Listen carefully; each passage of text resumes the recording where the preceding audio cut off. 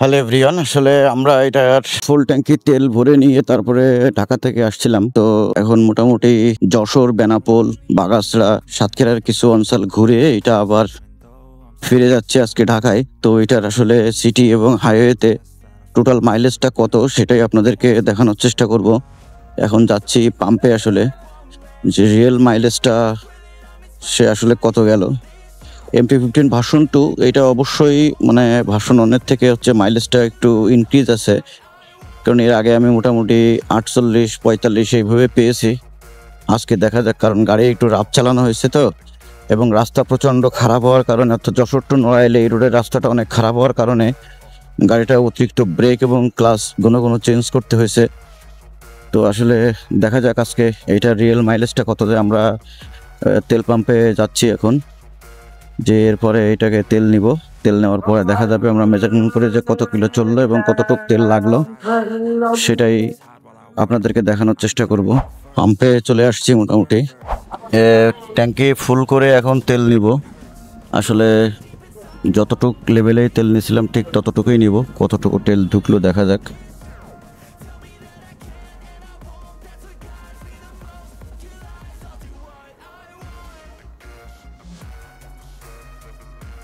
তেল নেওয়া হচ্ছে আসলে একবারে ট্যাঙ্কির এই মুখের উপরের যে পাটটা থাকে ওই পাটের। দেন দেন দেন আরও দেন। 8.21 লিটার তেল নেওয়া হয়েছে এ পর্যন্ত। এই হচ্ছে অবস্থা।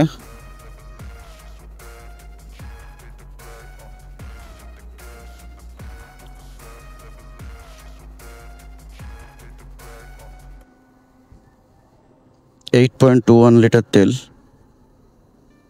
আর এটা রিয়েল মাইলেজটা কত আছে?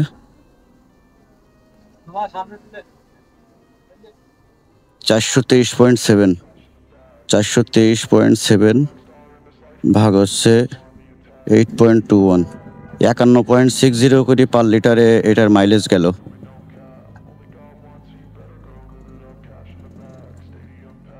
সো ভিউয়ার্স, আসলে MT-15 আপনারা দেখতেই ফেললেন।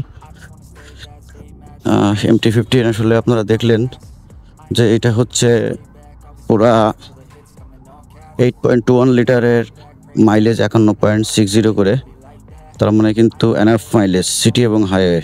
423.7 এই মাইলেজের এগেনস্টে 8.21 লিটার তেল ঢুকলো গাড়িতে।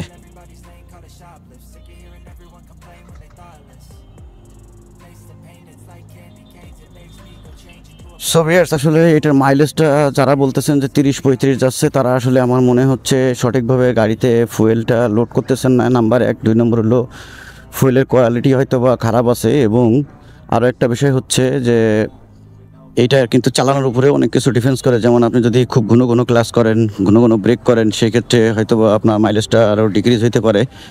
সো ভিউয়ার্স, আপনাদের যারা MT-15 V1 V2 চালাচ্ছেন তারা কত করে মাইলেজ পাচ্ছেন কাইন্ডলি যদি একটু আমার কমেন্টসে লিখে যান তাহলে সব থেকে ভালো হয়। কারণ হচ্ছে আসলে তাহলে বোঝা যাবে যে বাইকের পারফরমেন্সটা কেমন আছে আর কি, আগের লট এবং পরের লট মিলিয়ে। সো ভিউয়ার্স, অবশ্যই কমেন্টস করবেন, এবং আমাদের ভিডিওটা ভালো লাগলে একটা লাইক, একটা শেয়ার এবং একটা সাবস্ক্রাইব করে আমাদের পাশে থাকবেন। আর যারা আমার চ্যানেলটাকে সাবস্ক্রাইব করছেন তাদেরকে অসংখ্য ধন্যবাদ। আল্লাহ হাফেজ। আসসালামু আলাইকুম ওয়া রাহমাতুল্লাহি ওয়া বারাকাতুহু।